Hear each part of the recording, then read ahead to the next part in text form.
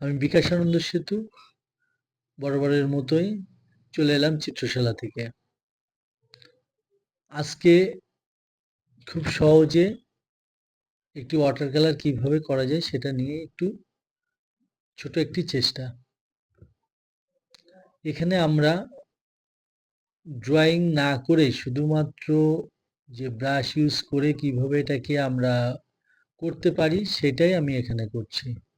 এবং এখানে আমি প্রথমেই যে কালার টোনগুলো আমি ইউজ করব সেগুলো মোটামুটি লাইট টোনটি আমি ব্যবহার করে নিয়েছি এবং এরপরে কিছু ধরে আস্তে সেগুলো করার চেষ্টা করছি। একটা জিনিস হয়তো সবাই খেয়াল করেছেন, এখানে কিন্তু কোনো কালারই ব্রেক ইউজ করা না। সব কালারগুলো অন্য কালারের সাথে মিক্সড করে তার প্যাস্টেল শেড বা সফট শেডেই আমরা সেটা করেছি এবং এর মাধ্যমে কি হয়, সবসময় দেখবেন কাজগুলো আরো বেশি ম্যাচিউরড লাগে।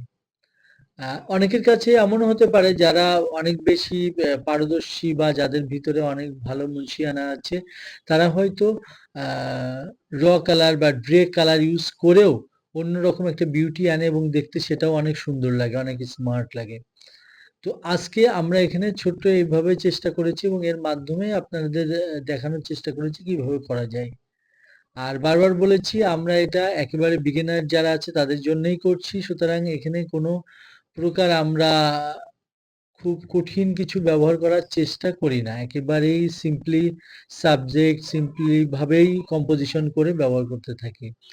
আর আমাদের সাথে সবসময় যারা সময় দেন, থাকেন এবং আমাদের ভিডিও যারা ফলো করেন তাদের অসংখ্য ধন্যবাদ।